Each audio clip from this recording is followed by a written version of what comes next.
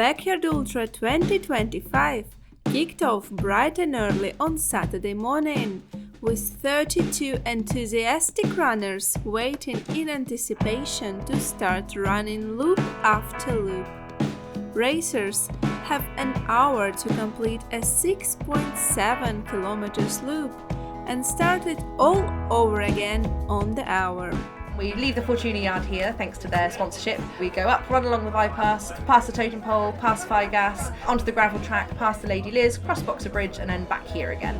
In all directions you'll have some wind behind you at some points but also helping you at other points. It's a really nice challenge because 6.7k should be achievable for a fairly new runner, so that gives us the option for it to be open to nearly everybody. And we've got some people who are wanting to try and walk it this time round as well, which is amazing. So hopefully it's open to more people, which means that you can do your 1 loop or 2 loops or challenge yourself and do more if you want to, but having it so that it's open like that hopefully means that it'll be on the calendar for years to come. I'm relatively new to the Falklands. I've not really done anything like this before. A few people persuaded me to do it, they just dropped out, so that's fun to know. I mean, if I can get to 3 or 4, I'll be chuffed with that, but yeah, we'll see. It was my birthday yesterday, so it's just something nice to start this new year. It's a very big social event, so it's more, you're not competing against each other, you're kind of willing each other to do well, which is another reason why I wanted to do it, because hardest thing about running is to keep going, and if you've got a good group here, which as I'm looking around I can see already, it'll be fun. We'll all support each other, and it's just good to push yourself and let's see what everyone can do.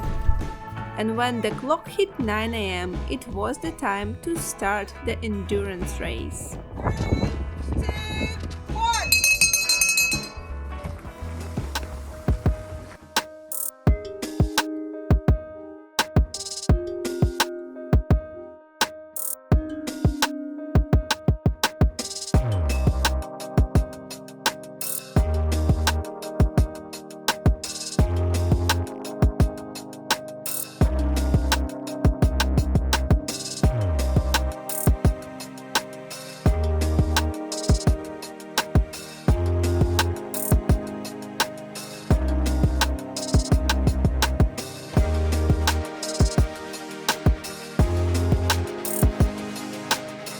Just on the first lap, how are you feeling? Not too bad.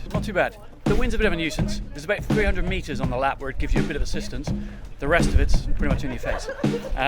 So slightly harder work with that. A little bit of rain, but it looks like it's cleared up, so hopefully the second lap will be fine. So I did 3 last year, which was the equivalent of about a half marathon. I hope to beat that this year with 4. After the first lap, I'm feeling it's possible, but you never know. I mean, it's great on a personal level with fitness and keeping us all active, but it's such a great atmosphere as well. It's good fun turning up here early in the morning. Everyone's quite keen, excited, and supports each other. And it's a really exciting thing about this event that it's not a race in that lap. You're not trying to beat someone, so you can stop a bit, take some time. You've got the hour to get the 6.7k in, and you can try and enjoy parts of it as well.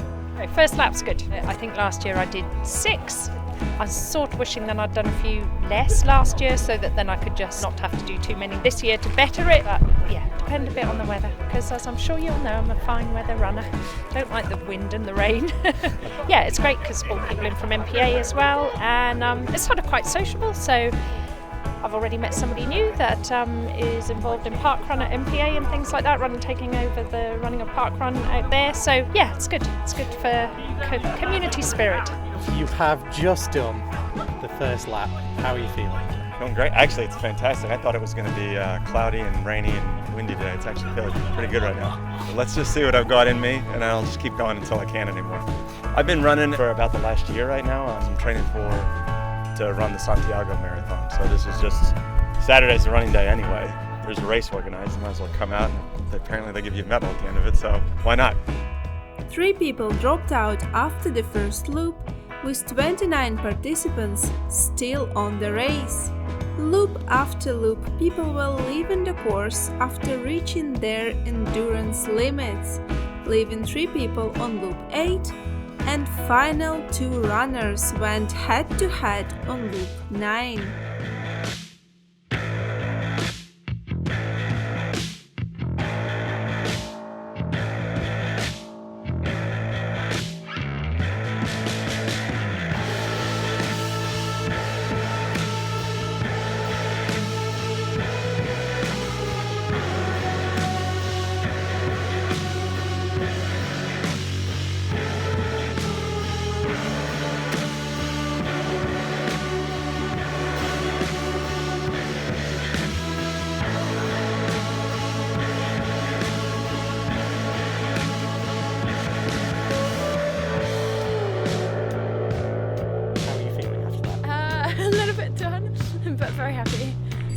Yeah. It has been a very long day. Yeah, it's been a bit of a long day. Yeah, and it's been lovely. As the support has been amazing. I did about 5 laps with Sally, who just kept me going the whole time, just talking about lots of stuff, which is great. Yeah, and it's been quite a nice day. It hasn't been raining too much, which has been lovely. So no, I've really enjoyed it. I have been running before, but my daughter's 18 months old. I haven't really done anything since she came along, so I just wanted to see what I could manage. Yeah, so it's really nice that I came second. That's awesome. I wasn't expecting that at all. And finally, the last man standing faced the last challenge of the day to complete Loop 10, which marks 67 kilometers distance, on his own. How are you feeling after that? Thank you. Very sore. I wasn't sure I was going to get that last one in. And the loop before I was, ready to give up. But there's always one more loop, isn't there? It's a lot more mental on that last one, and you find running around there, you choose your battle. You like in the wind there, you take it easy and walk or whatever. Yeah, that last lap there was a few more walks than the other laps. It's about 67k, 10 loops. So one more than I managed last year. So it's a PB, furthest I've ever run. So yeah, quite glad I've run out of people to run with. Backyard Ultra once again put endurance to the test. Let's see how many people will decide to run just one more loop next year.